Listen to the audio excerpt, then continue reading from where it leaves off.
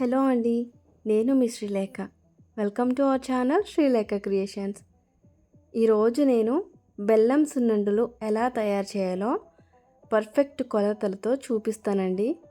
Video మొత్తం చూసిన తర్వాత స్టెప్ టు స్టెప్ ఫాలో అయ్యి మీరు కనుక ఈ రెసిపీని ప్రిపేర్ చేశారంటే మన అమ్మమ్మ ఖచ్చితంగా గుర్తుకొస్తుందండి.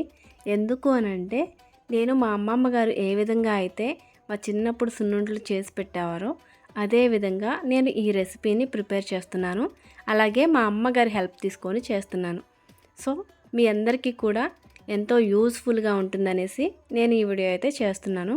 ఖచ్చితంగా వీడియో మీ అందరికీ నచ్చినట్లయితే లైక్ చేసి షేర్ చేసి సబ్స్క్రైబ్ చేయండి. నేను ఇక్కడ 2 కేజీల మినపప్పు అయితే తీసుకుంటున్నానండి. ఫస్ట్ 1 కేజీ మినపప్పుని వేయించుకొని పక్కకు తీసేసి తర్వాత మరొక కేజీ మినపప్పుని మనము వేయించుకోవాలి. అది కూడా సిమ్లో పెట్టి బాగా చిన్న మంటలో పెట్టి వేయించుకోవాలండి.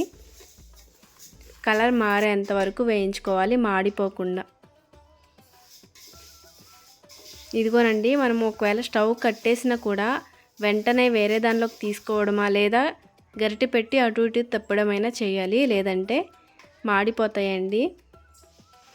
నేనైతే ఇక్కడ చాటలోకి అయితే తీసేసుకుంటున్నాను. చాటలో ఒక పేపర్ వేసుకొని దానిలోకి తీసుకుంటున్నాను.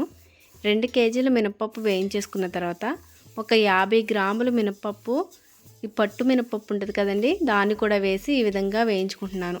ఇదైతే ఆప్షనల్ అండి, కావాలనుకునే వాళ్ళు చేసుకోవచ్చు. అమ్మమ్మ రుచి కావాలంటే మాత్రం ఖచ్చితంగా వేసుకోండి. ఎందుకంటే ఒకప్పుడు మన అమ్మమ్మలు ఏ పిండి వంట చేయాలన్నా తిరగల్లో వేసి విసురుకొని ఆ పిండితోటి మనకి పిండి వంటలు అయితే చేసి పెట్టేవారు. ఇప్పుడు మనకంత ఓపిక ఎక్కడుందండి. అలాగే టైం సేవింగ్స్ ఇవన్నీ కావాలి కాబట్టి మనమైతే ఈ విధంగా చేసుకుందాం. నేను పప్పు అంతా కూడా మంచం మీద అయితే ఆరబెట్టానండి. వేడివేడిగా మిక్సీ పట్టామంటే మిక్సీ కూడా ప్రాబ్లం అవుతుంది కాబట్టి ఇదిగోండి చూడండి, ఏ మాత్రం బరక లేకుండా అయితే నేను మిక్సీ పట్టుకున్నాను. కొంచెం టైం అయితే పడుతుంది. మీరు కావాలంటే పిండి పట్టించుకున్నా పర్వాలేదండి. ఇదిగోండి, నేనైతే ఇంట్లోనే మిక్సీ పట్టేసుకుంటున్నాను. చూస్తున్నారు కూడా, ఏ మాత్రం కూడా బరక లేకుండా ఇలా చేసుకుంటున్నాను అనమాట. ఇక్కడ నేను 2 కేజీల మినపప్పుకి కేజీన్నర బెల్లం అయితే తీసుకున్నానండి. ఇదిగోండి, మా అమ్మగారు అయితే రోట్లో వేసి దంచుతున్నారు. మీకంత శ్రమ అవసరం లేదండి. చిన్న చిన్న ముక్కలుగా కట్ చేసుకొని పిండిలో కలిపేసి ఆ తర్వాత పిండిని మళ్ళీ ఒకసారి మిక్సీలో వేశారనుకోండి, ఈవెన్గా చక్కగా కలిసిపోతుంది. ఇంకా నేనైతే నెయ్యిని కూడా కాగబెడుతున్నాను. నెయ్యి మా అమ్మ ఇంట్లో తయారు చేసింది. మీరు మిక్సీలో ఇలా వేసేసుకున్న తర్వాత పిండిలో కలిపేసి అప్పుడు మిక్సీ పట్టేసుకున్నా కూడా చక్కగా కలిసిపోతుందండి. ఈ విధంగా అయితే మనము రోట్లో వేసి చేయాలంటే కొంచెం లేట్ అవుతుంది కాబట్టి ఇంకా మా అమ్మమ్మ ఏ విధంగా చేశారో ఆ విధంగా చేయాలని అలానే చేస్తున్నది. ఇంకా కొంచెం కొంచెంగా కలుపుతూ మనమైతే నెయ్యి వేసుకొని కలుపుకోవాలండి. నెయ్యిని నేను వేడి చేశాను కదా, కొంచెం వేడిగా ఉన్నప్పుడు లైట్గా గోరువెచ్చగా ఉన్నప్పుడు అయితే కలుపుతూ వేసుకున్నాను అనమాట. ఇదిగోనండి, ఈ విధంగా అయితే పిండి కలవాలి. ఇంకా మా అమ్మగారు ఉండలు తయారు చేయడం అయితే స్టార్ట్ చేశారు. ఒకప్పుడు మా అమ్మమ్మ అయితే చేతి నిండా పిండిని తీసుకొని పెద్ద పెద్ద సున్నుండలు అయితే తయారు చేసేదండి. ఒక ఉండ అందుట్లో హాఫ్ తింటే చాలు, కడుపు నిండిపోయేది.